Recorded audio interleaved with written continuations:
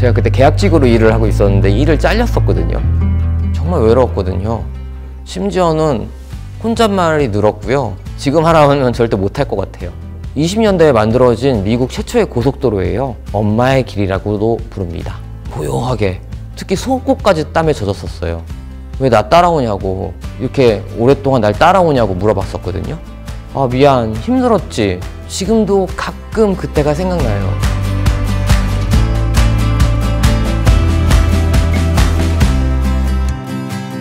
네, 안녕하세요.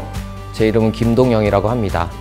하지만 김동영이라는 이름보다는 생선으로 더 많이 불리우고 있는데요. 생선작가, 생선군, 이런 식으로 말이죠. 생선은 저에게 뭐 별명이나 필명 같은 거예요. 제가 뭐 그렇다고 해서 생선을 좋아하거나 비슷하게 생긴 건 아닌데요. 어느 날 식당에 갔는데 생선이 나왔어요. 근데 눈꺼풀을 뜨고 있더라고요. 그걸 보면서 좀 알아차린 게 있죠.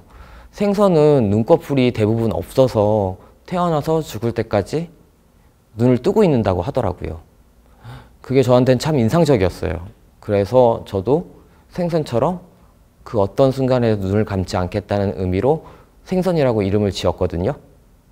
저는 글을 씁니다. 그러니까 작가인 거죠. 주로 소설과 에세이를 쓰는데요. 에세이 중에서는 여행에 관련된 에세이를 많이 쓰고 있습니다. 현재는 전업작가로 살아가고 있어요. 여행은 많이 못하고 있어요. 코로나 때문에. 그전에는 자동차 정비, 청소, 음반사에서 일을 했고요. 가장 오래 한 일은 MBC 라디오에서 작가로 일을 오랫동안 했었네요. 살아온 시간에 비해서 정말 다양한 직업을 많이 가졌었는데요. 제가 개인적으로 다양한 경험을 하는 걸 너무 좋아하거든요. 그래서 지금도 하고 싶은 일이 많은데 하고 싶은 일하고 잘하는 일은 좀 다르잖아요. 그래서 가능하면 글을 쓰는 일을 더 잘하고 싶고 더 오랫동안 하고 싶습니다. 제가 사실 개인적인 사연이 있어서 호스피스 병동하고는 조금 심리적으로 좀 가까운 것 같아요. 왜냐하면 9년 전에 저희 어머니가 돌아가셨거든요. 그때 호스피스 병동에서 2달 계셨었어요. 그때 저도 같이 어머니 옆에 있었는데 그러면서 호스피스 병동, 호스피스에서 일하시는 분들이 어떤 일을 하는지 지켜볼 수 있었어요. 그때 기억이 많이 나서 저한테 있어서는 약간 식구 같은 느낌? 그리고 가까운 친구 같은 느낌이 듭니다. 오늘 저는 이 자리에 나와서 제가 여행을 하면서 겪었던 일들에 대해서 이야기해 드리려고 해요. 그 중에서 첫 번째 시작은 미국입니다. 제 인생에서 가장 긴 여행이었어요. 근데 제가 미국으로 여행을 선택한 이유는 바로 이 도로 때문인데요. 66번 도로는 20년대에 만들어진 미국 최초의 고속도로예요. 그래서 미국 사람들은 이 도로를 엄마의 길이라고도 부릅니다. 아주 오래전부터 그리고 지금까지 동에서 서, 서에서 동을 잇는 미국의 척추 같은 도로거든요. 그동안 이 도로를 통해서 많은 사람들이 꿈을 찾아 지나갔습니다. LA에서 시작해서 시카고에서 끝이 나는데요. 길이가 3,200마일, 그러니까 대략 4,100km가 넘는 거리예요. 엄청나게 긴 도로죠. 그 도로의 향수라든가 미국의 역사를 알고 싶은 사람들은 꼭 찾는 명소입니다. 그리고 기념비적인 도로고요. 그 66번 도로를 타고 여행을 갔었던 게 29살 겨울이었어요.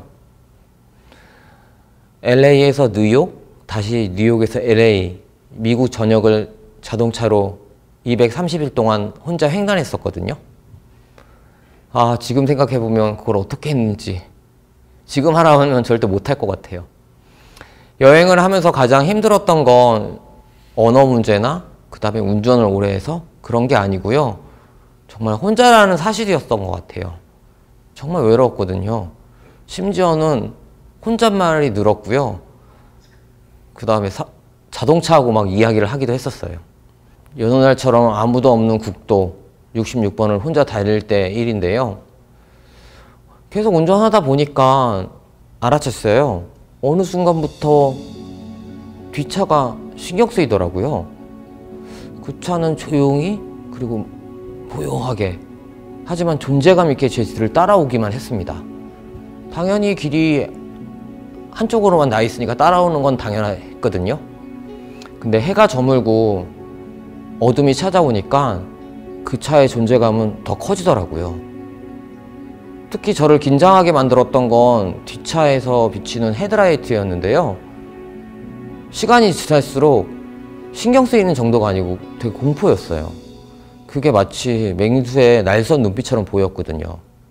여러분도 가보시면 알겠지만 미국 중안에는 정말 아무것도 없거든요.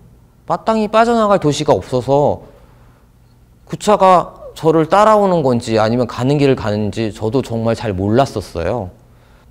그래서 내가 빨리 달려야 하나? 아니면 추월을 할 수 있게 비켜줘야 하나? 라는 생각을 했었어요. 그래서 속력을 줄여서 추월을 할 수 있게 했는데 절대 추월을 안 하는 거예요. 그냥 거리를 유지한 채 제 차만 따라오기만 하더라고요. 어찌나 긴장을 했었는지 온몸이 땀에 젖었었거든요. 특히 속옷까지 땀에 젖었었어요. 입도 마르고 정말 긴장됐었거든요. 그렇게 당황을 하고 무서워하면서 계속 달렸거든요. 저 멀리서 등대처럼 빛나는 주유소를 발견했어요. 그러면 거기 가서 뒷차도 따돌릴 겸 좀 쉬어야지 하고 저는 무작정 거기로 들어갔었거든요. 그런데 그 차도 저를 따라오더라고요. 그 주유소에서 주유를 하기도 하고 괜히 차를 정비하는 척 하면서 그 차를 힐끔힐끔 쳐다봤거든요. 저는 그 차가 출발하기를 기다리면서 계속 기다렸는데 그 차는 절대 떠나지 않고 오히려 제 눈치를 보는 것 같았어요. 큰일 났다. 나 진짜 여기서 이 알 수 없는 곳에서 무슨 일 당하는 거 아니야? 이렇게 생각하면서 말없는 신경전만 벌이고 있다가 너무 스트레스인 거예요. 그래서 제가 참지 못하고 그 차한테 가가지고 운전자한테 왜 나 따라오냐고, 도대체 무슨 이유로 이렇게 오랫동안 날 따라오냐고 물어봤었거든요. 그랬더니 그 사람이 너무 절 이상하게 쳐다보는 거예요. 그래서 생각해보라고, 어두운 도로에 너랑 나랑 밖에 없는데 너가 지금 몇 시간 동안 날 따라왔잖아 라고 얘기를 했었거든요. 근데 그 사람이 그러더라고요.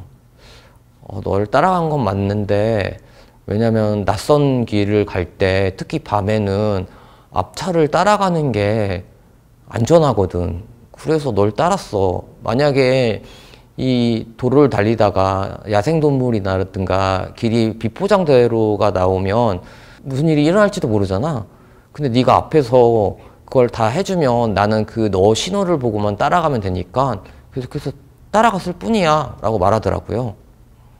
그래서 저는 그 사람한테 난 그것도 모르고 네가 계속 따라와서 나한테 무슨 짓을 하려는지 알았어 라고 얘기했더니, 그리고서 저의 땀에 젖은 모습을 보고선 그 운전자가 저한테 이런 말을 하더라고요.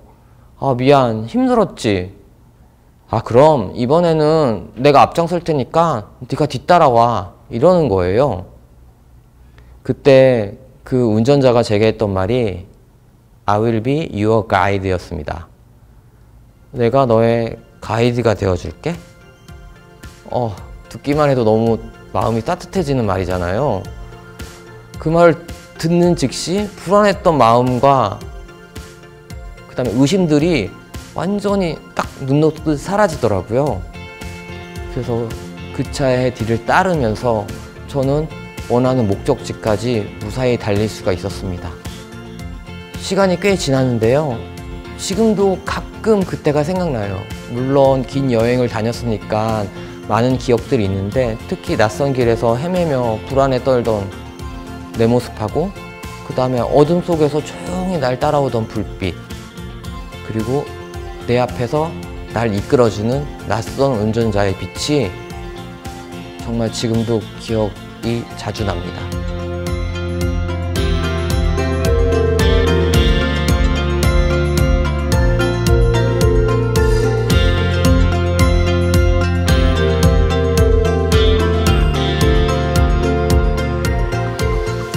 우리는 각자의 역할을 가지고 살아가잖아요.